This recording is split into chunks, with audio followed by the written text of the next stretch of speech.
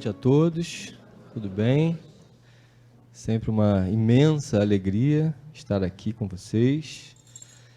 E o que a Christian falou é verdade. Lançar o livro aqui realmente é muito, muito especial. Eu sou dessa casa, né? Eu sou dessa família, pertenço a esse lar. Então, nada mais rico, gratificante e emocionante do que estar em família, nos momentos importantes. Sejam os momentos alegres ou os momentos tristes. Porque a nossa vida também é feita de momentos tristes. A grande preocupação de toda a filosofia e de toda a espiritualidade até no sentido do papel das religiões na Terra, tem a ver com a situação da dor. Investigar, entender as dinâmicas e as dimensões das dores humanas. E a gente tem feito esse movimento de ampliar essa compreensão, né? A doutrina espírita, ela realmente é uma doutrina muito consoladora. E essa palavra, ela não é apenas um nome solto no ar. Ela é consoladora porque ela realmente consola, através dos esclarecimentos, através do amparo espiritual. Anderson, mas o amparo espiritual, ele está em toda parte, ele está em todas as religiões, ele está até na ausência da religião, com toda certeza. Mas nós, que somos privilegiados por já ter conhecido essa doutrina consoladora, temos a nossa própria maneira de aprofundar no conhecimento e de experimentar essa consolação que vem do conhecimento. Assim como nosso querido Mestre, Jesus, nos disse, com tanta propriedade, com tanta profundidade, conhecereis a verdade, e a verdade vos libertará. Que verdade é essa e libertar de quê?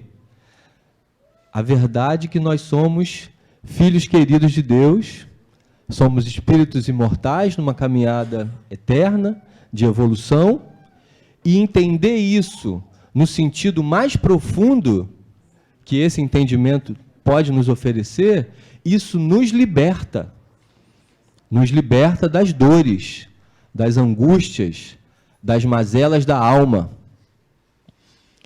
E falar assim, né, de uma maneira tão enfática, estabelecendo como se fosse um princípio, a verdade é que nós somos filhos de Deus, que somos todos irmãos, que somos um com o Criador da vida, com o Criador do universo, e isso nos liberta. Parece um conceito simplista. Mas é por isso que existe a doutrina. É por isso que a espiritualidade, num movimento gigantesco de trazer essa informação através dos médiuns, com o nosso querido Kardec e todos os missionários que continuam nessa trajetória, é por isso que a doutrina vem aprofundar e nos mostrar as minúcias, as particularidades da vida espiritual e da nossa condição como espíritos. Aqui na Terra, encarnados e desencarnados. Setembro Amarelo, né? Eu fico muito feliz e honrado por estar aqui nesse momento, entre outras coisas, também em função desse tema, porque é um tema que há alguns anos atrás ele era um verdadeiro tabu. E a espiritualidade, e o próprio espiritismo vem contribuindo demais para que esse tema saia daquele lugar escondido, aquele lugar que as pessoas antes tinham medo de falar. Como que a luz do conhecimento ela é maravilhosa, né? Porque cada ano que passa, a gente vê mais as campanhas se alastrando por todo o Brasil e por todo o mundo. Tem algumas pessoas queridas que eu conheço, que moram em outras partes do mundo, e o relato é bem parecido. Tem uma amiga que mora na Escócia, que é a Cíntia. O pai normalmente está aqui, a irmã, e lá ela frequenta uma casa espírita, e lá tem as campanhas, igual a gente vê aqui, cada um na sua cultura, cada um da sua forma, na sua expressão, mas é muito bom saber que o nosso planeta está recebendo essa enxurrada de amparo e de conhecimento. E para falar um pouquinho de Setembro Amarelo, de prevenção ao suicídio, de valorização da vida, vamos começar... o tema é a essência da autoestima, né? Que é o título do livro. E a gente vai conseguir fazer esse link. Mas vamos começar falando um pouquinho sobre a principal causa de suicídio no planeta. Existem várias causas, mas existe aquela que é a principal, aquela que está no topo da lista. E a principal causa de suicídio no planeta é depressão. Essa doença insidiosa, que pode começar bem devagarzinho, que as pessoas às vezes não notam, e ela penetra e se estabelece. E uma vez que ela se estabelece, ela recebe essa configuração de doença. E como toda doença, ela tem uma dinâmica própria. E a gente vem ouvindo cada vez mais sobre esse tema, os meios de comunicação, Fantástico, Drauzio Varela, casas espíritas, todo mundo nesse movimento de concentração de energia e foco, para que cada vez mais a gente entenda desse assunto. Porque como você vai curar uma doença, ou se libertar de uma questão energética, psíquica, espiritual, se você não está entendendo a dinâmica dessa doença? Então, muitas vezes, eu que trabalho com pessoas, né, no aspecto psicoemocional, eu vejo as pessoas chegando adoecidas e, às vezes, já tendo passado, né, pelo médico, pela psiquiatria, que tem um papel inestimável nesse processo, mas que, às vezes, estão com uma ideia ainda distorcida, porque algumas informações distorcidas ainda circulam. Tipo, depressão é uma doença, tá? Então, pode acontecer com qualquer um. Beleza, tudo verdade, a princípio. Porém, fica uma ideia ainda de que é algo que acontece. Pode acontecer com qualquer um. Não dá essa impressão? Que eu estou lá bem paradinho na minha casa, fazendo as coisas normais, tocando a minha vida, e, de repente, adoeci. Tenho depressão agora, fui no médico, fui diagnosticado, estou tomando meu remedinho, estou fazendo a terapia. Não é assim que acontece. Esse é um erro clássico. A depressão, ela não é igual um vírus que você pega no ar. A depressão, ela se desenvolve a partir de uma pré-condição de um indivíduo, que, no caso, hoje, são 300 milhões de indivíduos no planeta, daqueles que são diagnosticados e comprovados, né? Aqueles que são casos conhecidos, melhor dizendo, é isso que eu quis dizer. Então, tem mais, talvez, o outro montante, o dobro dessa quantidade, né? Porque muitas pessoas não sabem que estão doentes, que estão com essa doença. Então, vamos lá. Como é que ela se desenvolve, Anderson? Vou falar de uma forma muito simples, porque é possível explicar de forma muito simples, sem terminologia médica, sem termos técnicos. Nós, enquanto indivíduos, enquanto espíritos encarnados, estamos vivendo a nossa vida. A nossa vida, ela vai ter momentos de dificuldade. Perdas, dores, doenças, decepções, desilusões, de muitas ordens. Isso faz parte ou não faz do nosso processo? A gente já sabe que a dor tem um papel fundamental no nosso processo de evolução. Mas, em alguns momentos, nós não estamos com o nosso aparato psíquico preparado o suficiente para lidar com toda a dinâmica daquela dor. E é mais ou menos assim. É como se nós tivéssemos um reservatório de energia. Esse reservatório de energia é energia psicoemocional. E aí eu passo por uma dor, por uma decepção. Igual uma cliente minha de 16 anos, que está passando pela dor do término. E a gente não lida com isso de brincadeira, não. Hoje os jovens aqui, né, discutiram o tema, depressão, eu vi lá no post do Facebook, e o título do tema é Depressão não é frescura. Eu adorei. Está bem na linguagem dos jovens mesmo, e o aprofundamento é esse. Então, ela está passando por essa dor. E ela não estava com a condição psicoemocional estruturada para lidar com aquela dor. Aí a energia psicoemocional vai descendo, vai indo lá para o pé. E aí olha como é que o próprio termo nos ajuda a entender. A energia vai deprimindo.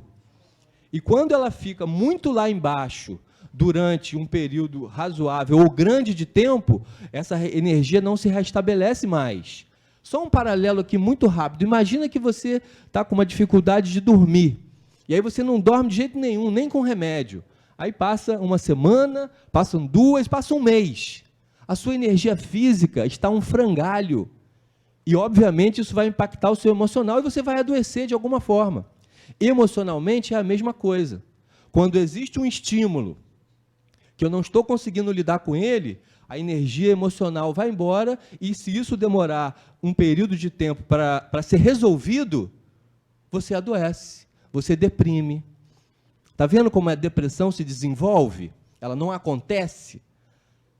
E aí outros erros que surgem. Ah, mas então a depressão é uma fraqueza da pessoa. Porque se ela tivesse forte, se ela tivesse com a mente saudável, se ela tivesse emocionalmente estruturada, isso não aconteceria. Não é bem assim que a banda toca. Porque existem níveis muito diferentes de dor e que a gente não sabe quais são esses níveis. Às vezes a gente olha para o lado, tipo o exemplo que eu acabei de dar, que a menina está passando por essa dor de uma separação aos 16 anos de idade. Ah, mas isso é coisa, né? A pessoa não tem ainda uma maturidade, ela é muito jovem. A gente tende a minimizar isso.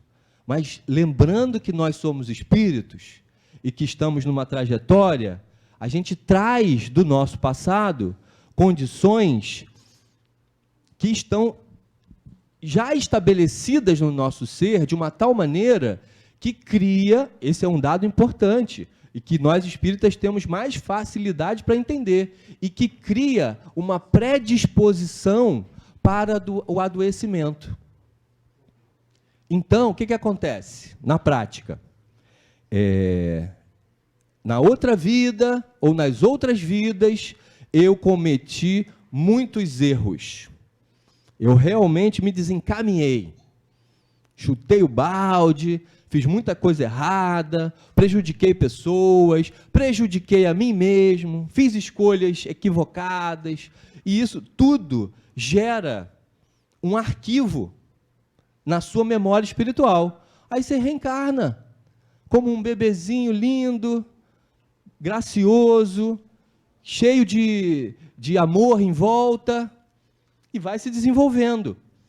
E aí, num determinado momento, vem o tal do estímulo, a dificuldade, que é um gatilho para aquele lugarzinho seu que está lá encolhidinho, está lá no estado latente, é assim que a gente chama. Aí você passa pela dor, pela decepção, pela perda, pela morte de um ente querido, aí esse evento vira um gatilho naquele núcleo que a gente chama de matriz, uma matriz psicológica de dor. Aí vem uma energia dolorosa, é como se abrisse um porão, um baú. E essa energia que estava lá armazenada toma conta do seu ser e pesa na sua alma. É por isso que a gente não pode julgar ninguém. É por isso que julgar é um erro categórico, porque você não conhece a história do indivíduo que está adoecido desse mal tão sério e tão grave. Então, primeiro olhar é esse. Depressão não acontece, ela se desenvolve e tem tudo a ver com o nosso histórico. Só o histórico espiritual? Não. Tem a ver com o histórico. Quer dizer, nunca nada está fora do nosso histórico espiritual, porque nós somos espíritos. Só que o que eu quis dizer é que, às vezes, coisas acontecem nessa vida mesmo e que favorece o desenvolvimento do adoecimento psicológico. Mas, vou ser bem sincero com vocês, segundo o que eu acredito, as coisas que acontecem nessa vida, elas normalmente estão linkadas com o que aconteceu lá atrás. Não existe acaso, não existe coincidência. Ninguém passa por aquilo que não precisa passar. Então, se a gente entende a dimensão da perfeição divina em tudo que nos acontece, isso já começa a abrir o nosso pensamento para ir para o caminho da cura. Mas deixa eu falar mais só um pouquinho dessa dinâmica de adoecimento que a gente chama depressão. E eu acho importante a gente falar isso através de um caso real. São tantos. Inclusive, eu começo o livro relatando alguns casos. Mas eu vou pensar aqui. Vou pensar um que não está nem no livro, para não dar spoiler do livro. A pessoa nasceu como 8ª filha de uma família com poucos recursos financeiros. O pai, infelizmente, como acontece demais, foi embora. Então, uma mãe solteira com 8 filhos. Isso já é pesado para qualquer ser humano na face da Terra. Essa mulher, que estava absolutamente sobrecarregada e que já tinha todo um histórico da própria vida dela de dificuldade, a gente chama isso em constelação de emaranhados. Ela está tão emaranhada nas suas próprias histórias que, especialmente com essa 8ª filha, ela já não aguentava mais. E ela disse para a filha, que não era nem mais velha, uma filha lá do meio, disse, ó, eu não aguento mais, toma para você.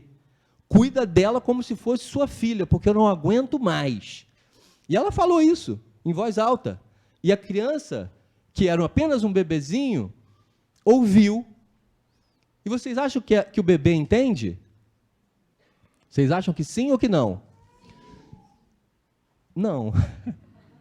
O bebê não entende, mas ele sente. Então foi uma pegadinha, mas é exatamente, vocês estão certos. Ele entende dessa forma, ele entende com o sentimento e grava. O que ficou gravado ali nessa hora? Rejeição. Rejeição de quem? Da mãe. E a mãe é a figura o quê? Central. Chegou a me arrepiar aqui agora. A mãe é o centro, é a espinha dorsal da vida psicológica. Pais, não fiquem tristes, nós somos importantes também. A gente tem lá o nosso papel. Mas a mãe é a espinha dorsal da vida psicológica de um ser. E no caso dessa moça, que me procurou tem 1 mês e meio, o pai também foi embora. Então, esse outro traço importante, né? Esse outro pilar, também já tinha ido embora. A criança, ela não racionaliza, ela não elabora, mas ela sente. Dupla rejeição das figuras principais. Vou introduzir aqui na nossa conversa um termo que a gente usa muito na terapia, mas é um termo muito simples, que está na vida de todos nós. Crenças limitantes. Você começa a acreditar em algo de uma maneira tão profunda que você já não questiona mais. Aquilo é a sua verdade. Verdade absoluta. É tão absoluta que você nem pensa sobre aquilo. Eu gosto de chamar também de um programa. É um programa que ficou tão bem instalado que ele já conduz os seus pensamentos. Ele já filtra a sua realidade.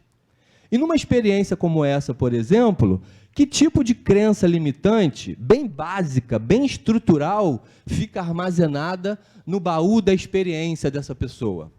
Qual é a crença? Vamos dar um texto para essa crença? Isso vai ajudar todos nós a entender um pouquinho das dinâmicas do adoecimento psicológico. Estou falando de depressão, mas pode ser qualquer outro adoecimento.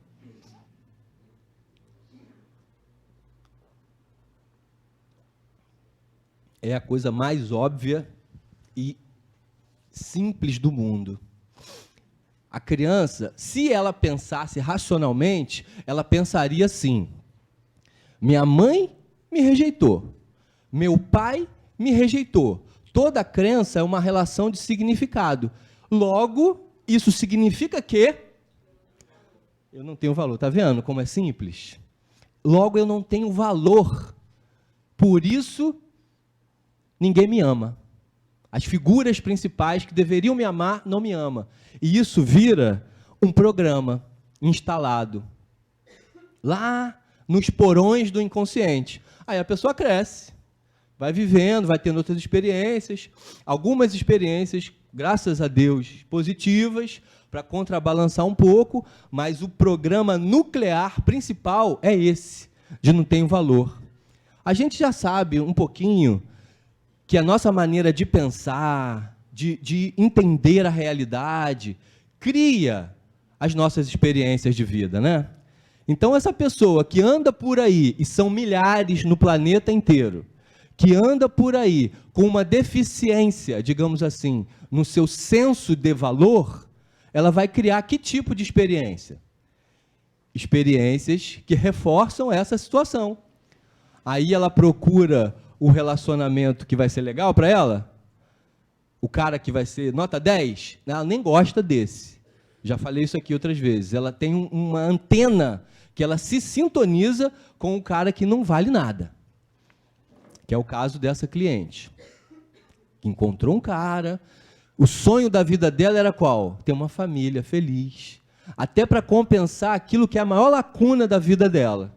Aí encontrou o cara, teve uma filhinha, beleza, o cara se revelou um irmão bastante adoecido, dá vontade de falar outra coisa, mas a gente tem que se equilibrar. Um irmão bastante adoecido que prejudicou muito a vida dela.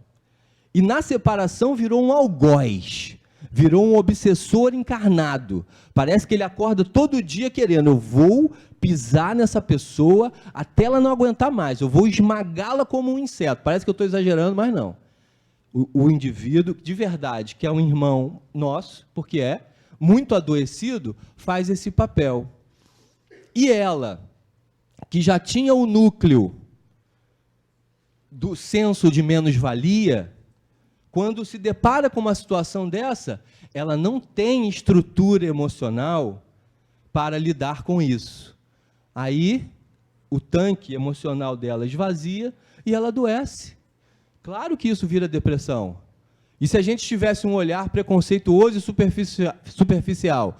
Que frescura, está doente por causa de homem, que palhaçada, desculpa aí o termo. Mas é uma visão muito errada, porque você não sabe do histórico dessa pessoa, muito menos ainda do histórico espiritual dela. Que se a gente pudesse adentrar, aí que a gente ia ter uma clareza maior da onde está vindo essa matriz psicológica. Então, o que a pessoa precisa entender?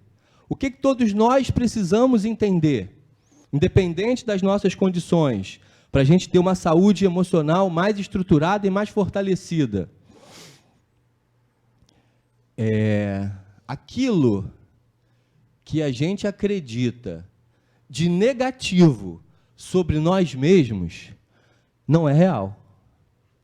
Pô, Anderson, mas você não sabe qual é a minha situação individual, você não sabe o que eu acredito sobre mim mesmo. De repente eu acredito que eu sou desonesto porque eu sou realmente desonesto. Você carrega experiências e programas da sua história ancestral e dessa vida também, que codificaram a sua mente para o padrão da desonestidade. Mas sabe o que eu descobri? É meio arrogante falar isso, descobrir, né? Mas foi um insight, foi uma intuição. Eu não li isso num livro, mas deve ter escrito em algum canto por aí. Veja se que faz sentido para vocês. Tudo que tem a ver com as qualidades adquiridas de um espírito, honestidade, solidariedade, altruísmo, ser honesto, já falei honesto, ser verdadeiro, tudo isso são qualidades que eu estou enumerando, certo? Ser uma pessoa carinhosa, amorosa, atenciosa, isso são qualidades. As qualidades, uma vez que você tem no seu ser estabelecido, elas não mudam nunca mais. Olha que interessante. Você vai levar isso para a eternidade, se você tiver realmente adquirido aquela qualidade, se aquilo não for algo que ainda é fake. Vamos ser bem sinceros. Agora, todos os seus padrões limitantes, todos os seus chamados defeitos, são transitórios. porque nós somos espíritos imortais e estamos destinados a quê? Evoluir. Até onde? A perfeição relativa, que é o que a doutrina espírita nos ensina. Então, mesmo que a gente não queira, o próprio mecanismo criado pelo Pai da vida, ele nos coloca numa situação de destinação. E o mecanismo a gente sabe qual é, né? Que não vai deixar a gente parar e estagnar nos nossos processos evolutivos. Que mecanismo é esse mesmo? É a dor. Nosso querido irmão Francisco de Assis chamava a dor, sabe como? Ele tinha intimidade com ela. Irmã dor. Ele chamava a dor carinhosamente de irmã, porque estava ali um espírito de extrema sabedoria. Eu não sei se todo mundo sabe, mas São Francisco de Assis é a encarnação de João Evangelista, o discípulo mais jovem de Jesus. E hoje, São Francisco, João Evangelista, como vocês preferirem, ele é o mentor espiritual do movimento espírita no planeta Terra. Movimento espírita não enquanto instituição, do movimento da espiritualidade que se organizou para trazer a luz do Consolador prometido para a Terra. Então, esse ser, discípulo fervoroso do Mestre Jesus, chamava a dor de irmã, porque ela tem esse mecanismo reparador.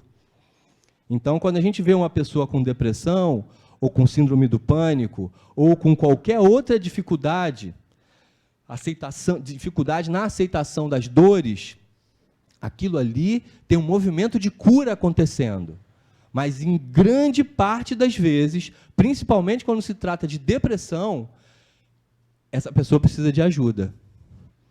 E pode ser que ela nem saiba ainda que ela está doente, e que dirá que ela precisa de ajuda. Que ela precisa de ajuda. E se a gente está aqui hoje, nada é por acaso, escutando aqui mais uma vez esse tema sendo abordado, pode ser que a gente tenha a missão de detectar essa pessoa próxima e começar a levar algum tipo de esclarecimento. Tem as palestras aqui do lar, essa palestra está sendo gravada, tem outras que falam do mesmo tema, com várias pessoas já muito estudiosas e entendidas do assunto. Tem o atendimento fraterno na casa. Então, sempre tem um caminho que a gente pode mostrar para a pessoa. E aí a gente está fazendo o nosso papel, que é, dentro das nossas possibilidades, ajudar o irmão que está do lado. O fora da caridade não há salvação, às vezes é uma coisa que parece meio pesada, né? Parece que rola uma obrigação de ajudar. Mas não é uma obrigação. É só um sentido que nasce naturalmente à medida que a gente evolui. A gente vai num restaurante legal, gosta da comida, qual é o nosso gesto espontâneo? Compartilhar. Falar para alguém, pô, vai naquele lugar que é maneiríssimo, a comida lá é ótima, vegana, nota 10. Brincadeira, pode ser picanha também, pode ser churrasco e seja lá mais o que for, cada um no seu gosto, no seu paladar, você recomenda. Então, quando você conhece coisas, conhecimentos de luz e de transformação, não se acanhe. Eu já tive lá atrás uma espécie de vergonhazinha de falar de espiritualidade, eu vou falar de Jesus, vão pensar que eu sou crente, né? Vão pensar que eu sou beato de alguma religião, mas hoje eu falo com abertura, porque eu não, né, a gente tem uma sensibilidade, vai falar na hora certa, com a pessoa que você acha que está na hora de ouvir, mas na dúvida fala, porque você nunca sabe o momento daquela pessoa. Pode ser que você diga assim, não, mas eu já conheço, essa pessoa é fechada para essas coisas, se eu falar de Jesus ela vai se afastar, você não sabe exatamente. De repente ela já está sendo preparada pelo mentor dela, e aí você teve aquela intuiçãozinha na hora e você dá um passinho para trás, quando na verdade você estava ali sendo preparado para ser aquela fagulhazinha de luz na vida dessa pessoa. Então, esse entendimento da dinâmica do adoecimento, depressão e dos adoecimentos psicológicos, ele é bem típico, ele é bem assim que acontece. A gente tem lá os nossos programas, que foram instalados por conta das nossas experiências, e uma hora esse programa leva a gente a fazer uma interpretação. Essa cliente chegou para mim já num estado avançado, já num estado grave da depressão, já falando de forma recorrente que não aguenta mais, que essa vida já não está mais fazendo sentido, que eu não estou aguentando. Você detecta rapidamente, né, que a pessoa já está começando a fazer um link forte com a ideia do suicídio. E aí você tem que estar ali preparado para ajudar, né? É claro que quem é profissional desse assunto tem lá a sua preparação. Mas eu queria compartilhar com vocês hoje, até fazendo o link com essa questão da autoestima, porque, como eu falei, a maior causa de suicídio no planeta é qual mesmo? Sabe qual é a maior causa de depressão? Falha naquele senso de alto valor que eu falei no início. O senso de alto valor da pessoa, que a gente chama às vezes de amor próprio ou autoestima, ele está adoecido. O programa está mal estruturado. Pela vida que ela teve, pelas experiências que ela viveu, ela acreditou que ela não tinha valor. Mas isso é real? A criancinha que ela foi lá atrás, o bebezinho, era destituído de valor, não merecia ser amada, por isso que a mãe rejeitou? Claro que não. O valor de um ser humano, ele é inquestionável. Porque nós somos o que mesmo? Filhos queridos e amados do Criador da vida. Carregamos em nós o DNA divino. Pulsamos e vibramos na essência do amor. Só que, às vezes, os nossos programas não nos permitem sentir e vivenciar essa realidade. Por isso adoece. Aí a gente está ali para ajudar a pessoa a tirar esse grande véu. E para, vou dizer assim, para a minha sorte, como terapeuta, essa cliente tem uma filha de 4 anos. E para a sorte dela também. Porque ela disse, alto e em bom tom, que se não fosse pela filha, ela já tinha ido embora dessa vida. Mas, como existe uma perfeição divina em tudo, mesmo num quadro de muita dor, sentimento de rejeição, sentimento de menos-valia, está lá a filha. E a filha fala coisas para ela incríveis, que eu nem vou falar aqui agora, porque vocês sabem que eu sou um pouco sensível. Choro com uma certa facilidade. A filha dela fala coisas impressionantes para uma criança de 4 anos. Não vou falar, realmente não vou falar.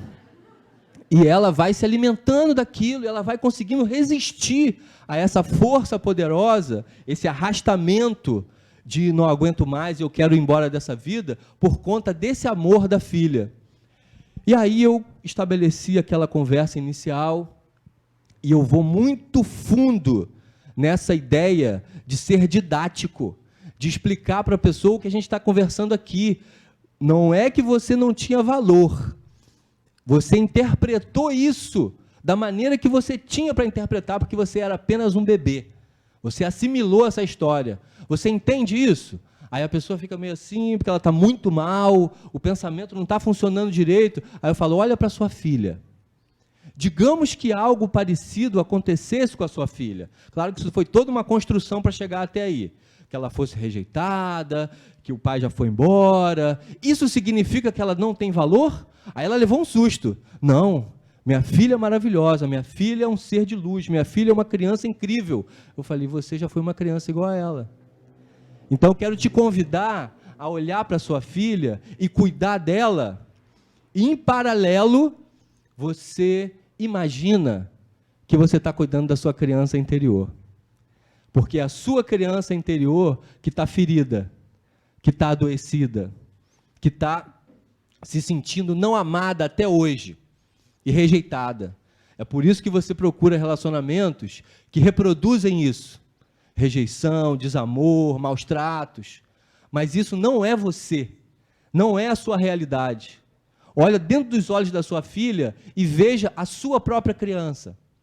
Aí ela se emocionou, aí ela sentiu aquela fagulha de vida voltando, além de toda uma estruturação do pensamento. que a gente treina. Muitas vezes a terapia é como se fosse um treino mental. Você ajuda a pessoa a detectar os padrões de pensamento adoecidos que ela traz, de desvalor, de autocrítica, de autocondenação. E aí, quando ela começa a perceber aquele pensamento de forma consciente, a gente ajuda ela a repetir como se fosse um mantra. Isso não sou eu. Eu não sou esses pensamentos, eu não sou esses sentimentos. Isso é apenas um programa. E como eu já expliquei exaustivamente, com muita didática, com muitos exemplos, até chegar no ponto do inquestionável, a pessoa entende, a pessoa é inteligente. Ela fala, é mesmo, né? Eu acreditei que eu não tinha valor, porque eu passei por isso, mas isso não significa que eu não tenho valor. Racionalmente ela já entendeu. Agora ela vai precisar fortalecer esse outro lado. E esse fortalecer o outro lado é o que a gente chama, de forma singela, carinhosa, de fortalecimento da autoestima.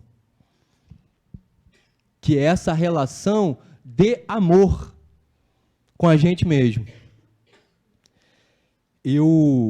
Vocês sabem, me conhecem, né, que eu me sinto muito à vontade aqui, inclusive para falar das minhas próprias questões.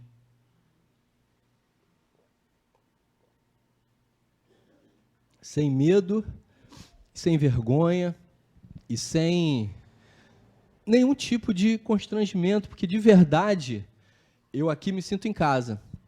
Eu olho para os rostos conhecidos, as pessoas amigas, me sinto abraçado de verdade e sei que toda vez que eu trago alguma coisa pessoal, tem uma intenção muito sincera de servir de alguma forma de paralelo para a reflexão e me curar também, porque estamos todos num processo de cura.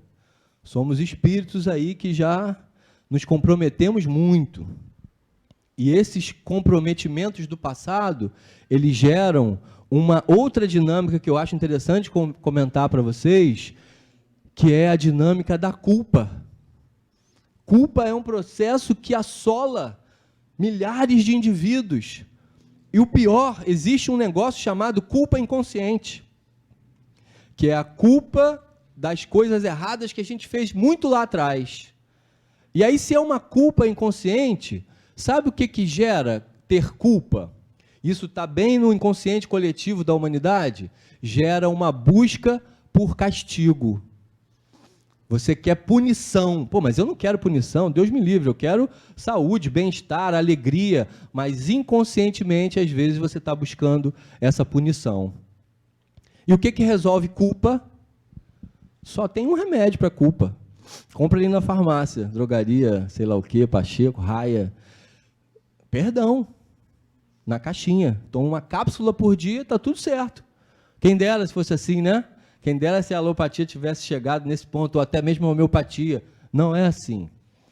Você vai precisar aprofundar, vai precisar ler livro, vai precisar assistir palestra, vai precisar fazer um equilíbrio na sua vida para não consumir toda a sua energia com maratona de séries.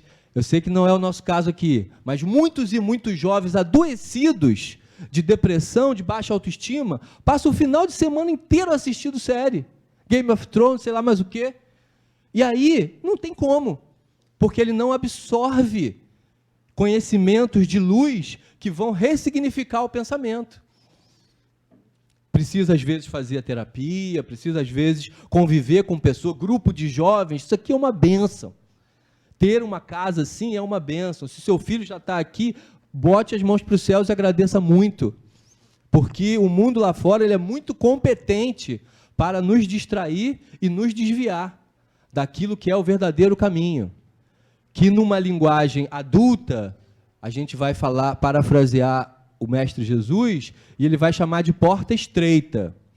Mas a gente tem que ter um cuidado quando está falando com jovens, porque determinadas palavras podem gerar um certo afastamento. Então, hoje a gente fala de resiliência, capacidade de superação, e o jovem ele vai entender que, em alguns momentos, vai ser difícil mesmo, que em alguns momentos ele vai precisar de ajuda, que ele vai precisar jogar o pensamento dele, a atenção dele e a energia dele para outros lugares. Mas, como eu vinha dizendo, nas últimas 2 semanas aí, eu estava profundamente triste. Tem um tema aí que me acompanha há algum tempo e que eu tenho trabalhado sobre ele para resolvê-lo. E a gente vem avançando. E eu me sinto, assim, privilegiado por ter os conhecimentos da doutrina espírita, os conhecimentos que eu adquiro até na minha jornada profissional. E a gente vai evoluindo. Mas tem momentos que a sua dificuldade, ela fica mais aguda. E isso vale para qualquer um de nós. Psicólogos, terapeutas, padres e pastores, vocês já acompanham aí pela televisão, né? Às vezes os famosos adoecem de depressão, síndrome do pânico, seja o que for. Aliás, existe um índice alto de padres e pastores deprimidos. Tem toda uma explicação, mas não vou entrar nessa seara. E eu estava profundamente triste nas últimas 2 semanas. Poxa, mas o livro, os projetos, as coisas bacanas acontecendo, vai fazer uma palestra no lar sobre o livro, vai estar na Bienal, vai ter outra casa espírita. Aí as pessoas me perguntavam, está animado? Aí eu falava, tô. Mentira. Estava animado nada. Estava profundamente desanimado. Só quem sabia era minha esposa, minhas filhas, mais a minha esposa, que é a grande parceira da minha vida, com quem eu posso falar tudo. E às vezes puxa a minha orelha, mas que bom, porque se não fosse ela, talvez eu caísse mais fundo. E aí, esse desânimo, eu fui pensando nele, né? Já sabia qual era o tema, mas queria entender a engrenagem. Agora, o que me assustou um pouco, e isso é uma coisa realmente diferente na minha experiência, é tão diferente que eu não sei nem se eu vou saber explicar direito para vocês, porque é muito recente. O que me assustou um pouco é que, em determinados momentos, eu fui tomado por uma energia tão pesada, tão de arrastamento, que me deu um medo. Falei, meu Deus, eu acho que isso é a energia da depressão. Eu acho que é essa sensação, porque a gente vai conhecendo as teorias, vai trabalhando, vai entendendo as dinâmicas teóricas da condição psicológica do ser humano, mas uma coisa é entender racionalmente, a outra coisa é sentir. E aí eu levei aquele susto, eu lembro no exato momento que aconteceu, estava sentado na sala assistindo televisão com a minha esposa, o meu pensamento foi para aquele meu tema, da minha dificuldade, e eu senti uma força. Era quase uma presença, eu senti uma sensação no peito, um medo e uma fraqueza. Nem comentei nada com a minha esposa, não queria preocupar ela naquela hora. Depois fui dormir, fiz as minhas orações, acordei no dia seguinte, e indo trabalhar sem um pingo de vontade. E eu trabalho com pessoas. E é difícil atender pessoas quando você não está muito bem.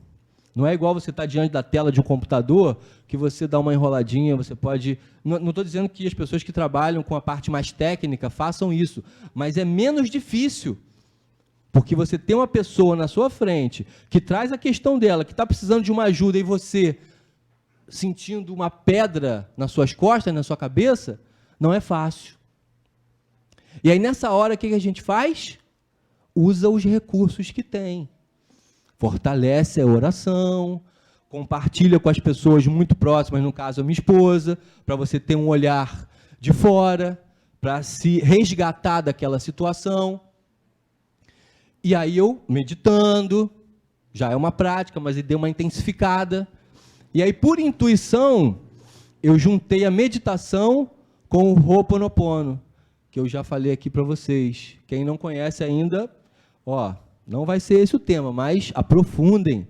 É uma ferramenta belíssima.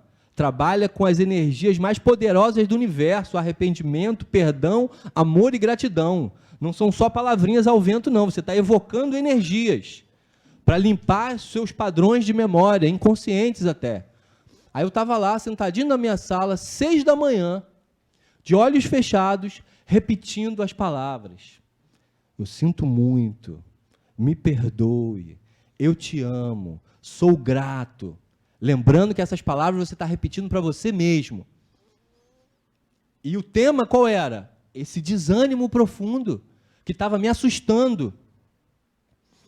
E aí veio um entendimento, veio uma luz, que acontece quando você está nesse processo de busca no silêncio, seja na oração, na meditação, praticando o Ho'oponopono, vem o entendimento.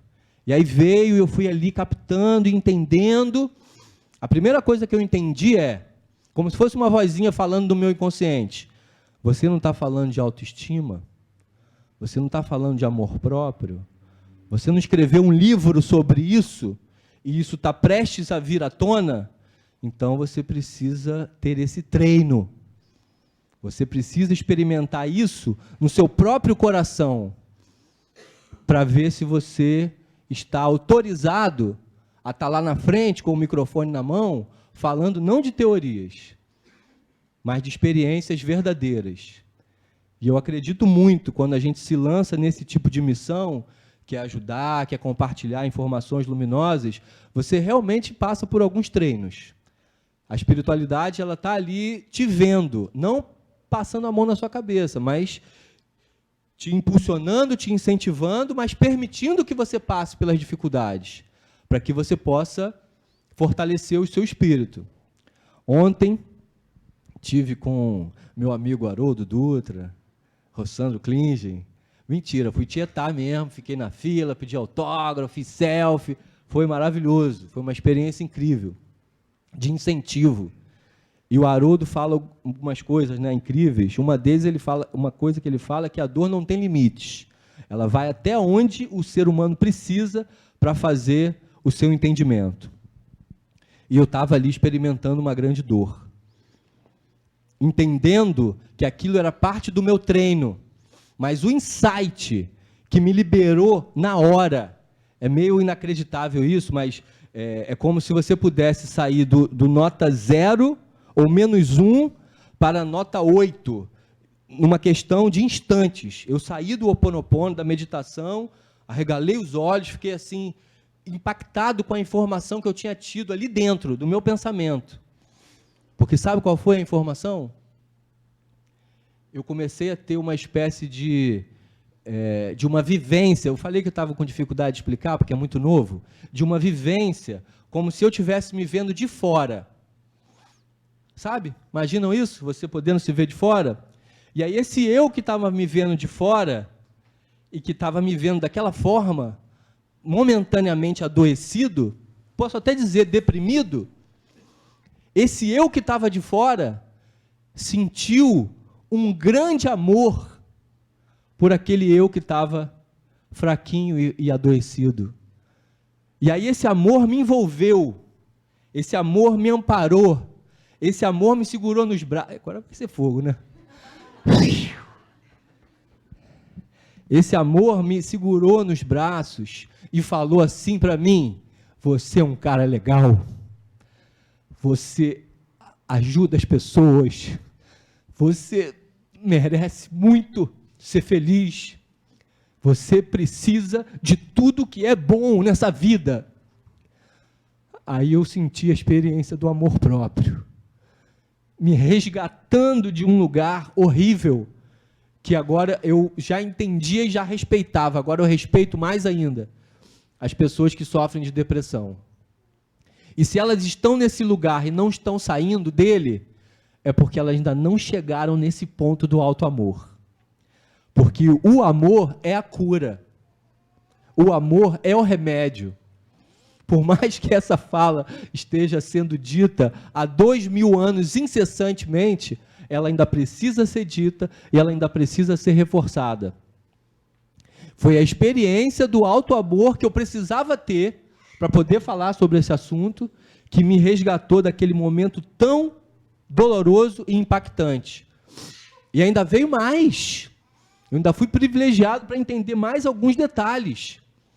A vozinha disse: não importa se você não está conseguindo resolver o teu problema.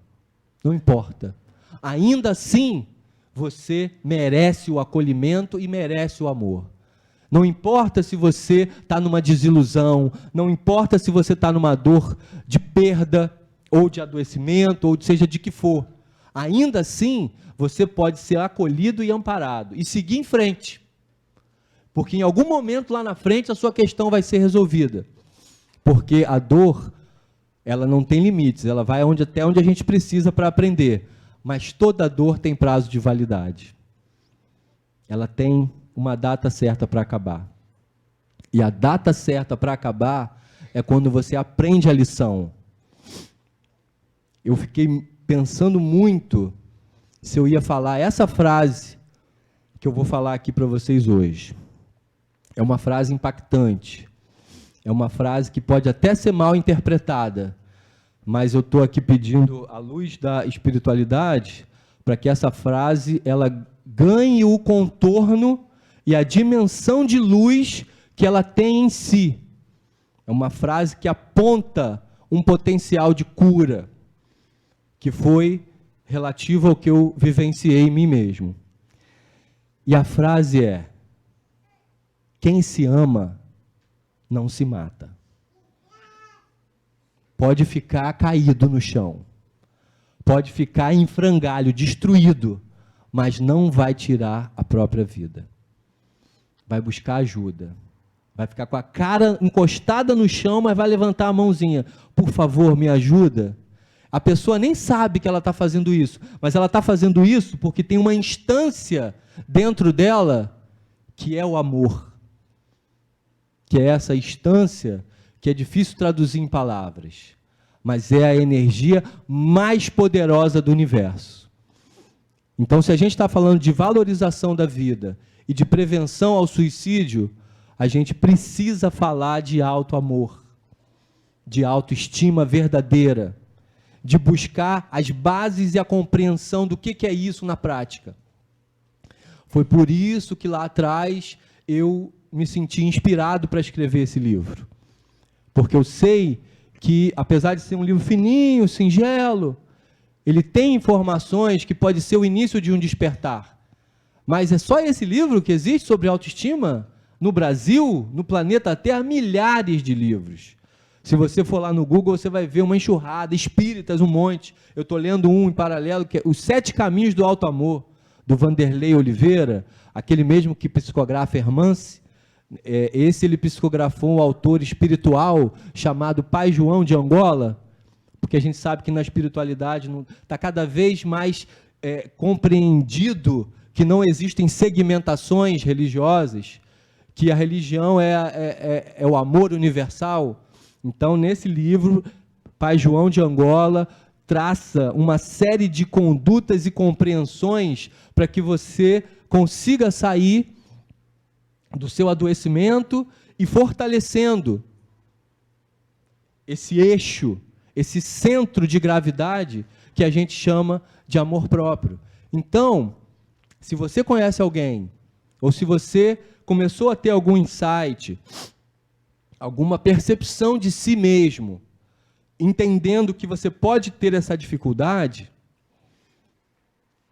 é hora de arregaçar as mangas, entender que você está sofrendo a influência de alguns programas que foram instalados provavelmente desde a sua infância e às vezes até lá nas outras vidas, mas você pode reprogramar. Você pode reestruturar o seu pensamento a partir dos alicerces mais profundos. Como eu falei no início, tem a casa espírita, mas eu não tenho dinheiro para fazer terapia. Tem o atendimento fraterno. Tem uma cliente que chegou lá para mim, outros assuntos, um pouquinho desse também, ela vai lá na casa de Umbanda, há 10 anos que ela se consulta regularmente. Bacana, para ela é a terapia dela, sem preconceitos, recebe ali a luz, cuida do lado espiritual dela, toma o passe dela, recebe uma evangelização, que não é uma evangelização formal, mas onde o bem está sendo dito e propagado, isso é evangelho de Jesus. Quando você ajuda a pessoa a fazer um discernimento entre o certo e o errado, e convida ela para ir pelo caminho certo, isso é evangelho de Jesus. Eu acabei tocando nesse assunto, porque eu também considero muito essa missão uma missão minha, de falar de uma espiritualidade mais universalista, de uma espiritualidade que a gente se une, ao invés de se dividir. Aí eu falei da Umbanda, mas tem os amigos evangélicos, os irmãos evangélicos, os irmãos católicos. Eu tietei lá o Haroldo e o Rossandro, e não tive a oportunidade de ir lá tirar minha fotinha com a Monja Coen, que eu me amarro na Monja Coen. Conhece a Monja Coen? Com suas palestras, com suas preleções. Gosto muito do Padre Fábio de Mello, assisto muitas palestras dele. Depois do adoecimento dele, parece que ele subiu de degrau em termos espirituais, e a fala fica mais forte e poderosa, porque todos aqueles que estão se propondo a propagar a luz vão ter os seus momentos de balanço, vão ter os seus momentos de instabilidade. Mas qual é o papel da dor? Transformar, lapidar o nosso ser. E é importante a gente lembrar que nós realmente não estamos sós. Nós temos a nossa família, nós temos os nossos amigos, nós temos uma espiritualidade querida e abençoada a nos envolver e nos amparar a todo instante. É bom ter isso no pensamento. Quem está adoecido, muitas vezes em depressão, esquece. Se acha a pessoa sozinha no deserto. Que é ouvi essa de um irmão evangélico, que é a estratégia dos lobos. Isolar a ovelha para que ela possa ser atacada. E acontece também de você ser influenciado para se distanciar de tudo e de todos. E ali você vira um alvo mais fácil. E vocês sabem do que eu estou me referindo agora, né? Sem entrar tão a fundo nesse tema. Então, são algumas lembranças que a gente pode ter para se fortalecer, para estar em grupo, para estar em família, para estar o tempo todo buscando nutrir a nossa mente de conhecimentos luminosos, cuidando do nosso corpo, da nossa saúde, cuidando da nossa espiritualidade, corpo, mente e espírito, né? Somos seres tríplices. Quando a gente estabelece um compromisso com a gente mesmo, nesse cuidado de corpo, mente e espírito, a chance de você estar estruturado e forte e internamente equilibrado para lidar com as suas situações difíceis é muito maior. E eu hoje agradeço a Deus pelo privilégio e a oportunidade de ter vocês aqui comigo, de terem ouvido aqui uma passagem muito recente, muito verdadeira da minha vida, onde eu me sinto, de certa forma, de verdade, sendo curado, subindo um degrauzinho no meu próprio caminhar. Espero que, de alguma forma, essas palavras possam ter tocado um pouquinho o coração de vocês, que vocês possam levar daqui hoje essa centelha mais acesa. Que centelha? Essa centelha, igual eu falei para mim mesmo naquele momento, que vocês são pessoas maravilhosas, que vocês são filhos queridos de Deus, de verdade, que vocês foram criados por um Pai amoroso, com o substrato, com a energia do amor, e que vocês podem se acolher e se amar, apesar das limitações, das dificuldades, daquilo que ainda precisa mudar, não importa, se abrace. Vou compartilhar aqui com vocês hoje uma coisa que eu aprendi, que eu achei legal. Vamos levantar um braço, pode ser o esquerdo, o direito. Agora coloca essa mão que vocês levantaram no ombro oposto. Isso. Agora levanta o outro braço. Agora bota a mão no ombro oposto. Agora se abraça. E faz um carinho gostoso. E diz assim mentalmente: eu sou maravilhoso. Eu sou uma pessoa incrível. Eu me amo e me aceito exatamente do jeito que eu sou.